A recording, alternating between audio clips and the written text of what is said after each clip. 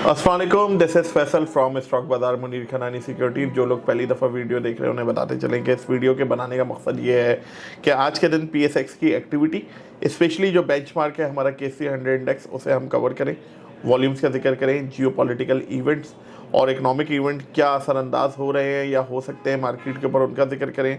इसके साथ ही हम आपको फाइनेंशियल्स आज जो अनाउंस हुए हैं, जो फाइनेंशियल रिजल्ट्स अनाउंस हुए हैं उनका जिक्र कर लें, और साथ में एंड में हम आपको टेक्निकल बेसिस पे मार्केट का क्या मूवमेंट लगता है उसकी एक समरी देने की कोशिश करते हैं। तो जो लोग पहली दफ़ा वीडियो देख रहे हैं वो काइंडली लाइक और सब्सक्राइब कर लें और शेयर करें अपने उन दोस्तों के साथ जो PSX में काम करने का इरादा रखते हैं या करते हैं, सो डैट उन्हें भी एक समरी मिल जाए।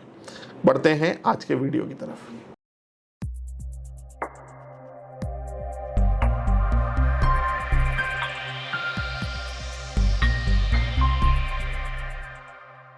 सत्रह अप्रैल और मार्केट ने एक अच्छा रिटर्न देना शुरू कर दिया है।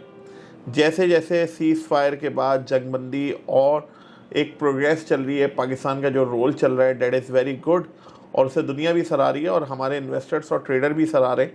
और मार्केट ने आज क्लोजिंग दी ऑलमोस्ट 1,74,000 के पास। हमारा यही एक तजिया था कि 1,72,500 से एक ऊपर की क्लोजिंग आनी चाहिए तो मार्केट एक बेहतर लेवल में एंटर हो सकती है। अब आज क्या हुआ उसकी समरी की तरफ आ जाते हैं। सबसे पहले वॉल्यूम्स की बात कर लेते हैं। KC100 इंडेक्स में 704 मिलियन शेयर्स का काम हुआ, जो कि काफ़ी अच्छा है।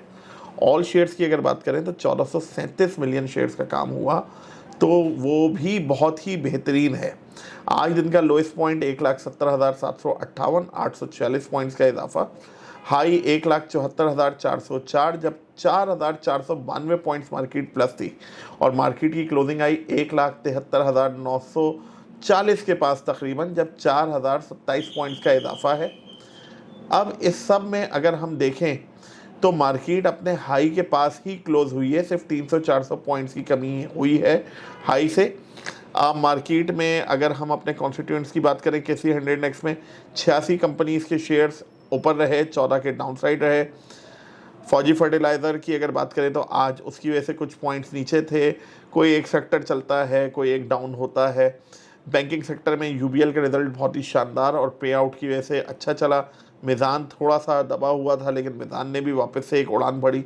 नेशनल बैंक, हमें पता है कि जी $2 बिलियन सऊदी अरब से आ चुके हैं और अब जो है वो पार्क होंगे, कहाँ जाएंगे, स्टेट बैंक से निकल के दूसरे बैंकों में जाएंगे, तो नेशनल बैंक इस वजह से। और भी अगर हम देखें माजरत कि हमारे पास ये देखें, आज banking sector, oil and gas, exploration, इन्होंने ही जो है वो मार्केट को बड़ा अच्छा पुश दिया। बैंक ऑफ पंजाब ने अपने इन्वेस्टर्स और ट्रेडर्स को खुश कर दिया है। अगर मार्केट मैप की बात करें तो KC100 इंडेक्स हर तरफ हरियाली है। TRG स्लाइटली पॉजिटिव था लेकिन फिर नेगेटिव पे बंद हुआ। थोड़ा सा अपने इन्वेस्टर्स का सब्र का पैमाना ये गेज कर रहा है कि जी कितना और बर्दाश्त कर सकते हैं। FCCL ऊपर, DGKC बहुत अच्छा 200 रुपये क्रॉस कर चुका है। अच्छा जी, अगर हम ऑल शेयर्स की बात करें माजरत, यहाँ पे हमें नज़र आ रहा है कोहिनूर इंडस्ट्रीज़ जो है, इसमें जो है वो फ्लक्चुएशन बहुत ही एक अनप्रिडिक्टेबल सी, कभी अपर कैप्स कभी डाउन। मीडिया टाइम्स भी चला। वर्ल्ड टेलीकॉम में थोड़ा सा फ्लक्चुएशन पॉजिटिव था लेकिन नो चेंज पे बंद हुआ ये। यूनिटी कमाल करने के मूड में 2 दिन में 20% बढ़ चुका है। CSIL कमाल, PSO वेव, स्पार्क इलेक्ट्रॉन ने एंड में अच्छा एक मोमेंटम पकड़ा, that is very very good, और ये एक अच्छा शेयर है। सल फार्मा हो, सिटी फार्मा हो, तो मार्केट जो है वो आपको एक अच्छा मौका दिया कि अब आप वापस से खुश हो जाएं। जो पिछले दिनों जंग के दिनों में मार्केट डाउन थी और इन्वेस्टर्स और ट्रेडर्स का जो मूड था वो एकदम मार्केट की तरह ही डाउन था। अनाउंसमेंट्स की बात कर लें अगर आज, तो HBL फिर 6 रुपये का dividend, that is very good. Gandhara industries की अगर बात करें तो EPS काफ़ी अच्छा है, 60 रुपये के करीब। गंधारा ऑटोमोबाइल 17 रुपये की EPS, कुछ पे आउट नहीं। रफान मेज़ ₹94 का डिविडेंड है, ₹220 की अर्निंग है, जो कि अच्छा है। चार्टिंग पे अगर हम बात कर लें तो मार्केट में जो हम जिक्र कर रहे थे आपसे बार बार कि जी 1,72,000 से ऊपर की जो क्लोजिंग है वो होनी चाहिए, वो आ गई है। अब जो अगला टारगेट लगता है वो 177 178 तक लगता है। मार्केट ग्रेजुअली ऊपर जा सकती है, यानी 5-6 हज़ार पॉइंट। और अगर कोई बहुत ही अच्छी खबर आ गई वीकेंड पे कि जी डोनाल्ड ट्रंप साहब खुद आ रहे हैं, क्योंकि हमें हिंट्स मिल रहे हैं ईरान की जो शराइत थी, जिसमें एक शर्त ये भी थी कि लबनान और इसराइल की जो जंग है वो भी जंगबंदी हो, तो उसके बारे में भी कल पॉजिटिव न्यूज़ आई कि जी जंगबंदी का ऐलान हो सकता है।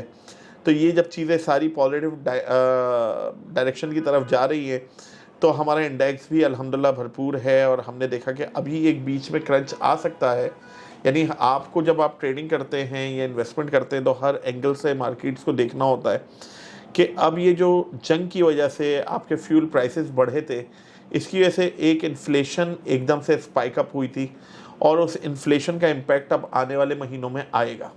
तो उसकी वजह से हो सकता है कि इंटरेस्ट रेट स्लाइटली बढ़ जाए। तो जब इंटरेस्ट रेट बढ़ेगा तो वो मार्केट्स के लिए और हाईली लेवरेज फर्म्स के लिए नेगेटिव होगा।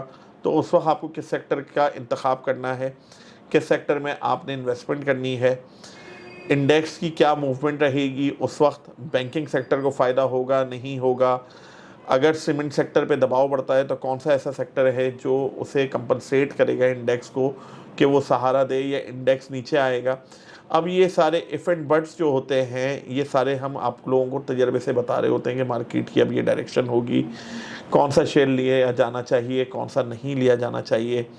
रियल टाइम आपको व्हाट्सएप ग्रुप में जवाब मिल रहे होते हैं और इसमें रिगार्डलेस ऑफ पोर्टफोलियो साइज आपको सर्विसेज वही मिल रही होती हैं जो एक बहुत बड़ा पोर्टफोलियो हो या आप बिल्कुल इनिशियल लेवल पे हो। तो उसके लिए आपको क्या करना है कि अगर उस ग्रुप का हिस्सा बनना है तो दिए गए नंबर पर रब्ता करना है, सो डैट आपको इंडेक्स के भी लेवल्स पता चलते रहें टाइमली और उसके साथ साथ मुख्तलिफ स्क्रिप्ट में भी एंट्री और एग्जिट पॉइंट मिलते रहें। Thank you very much.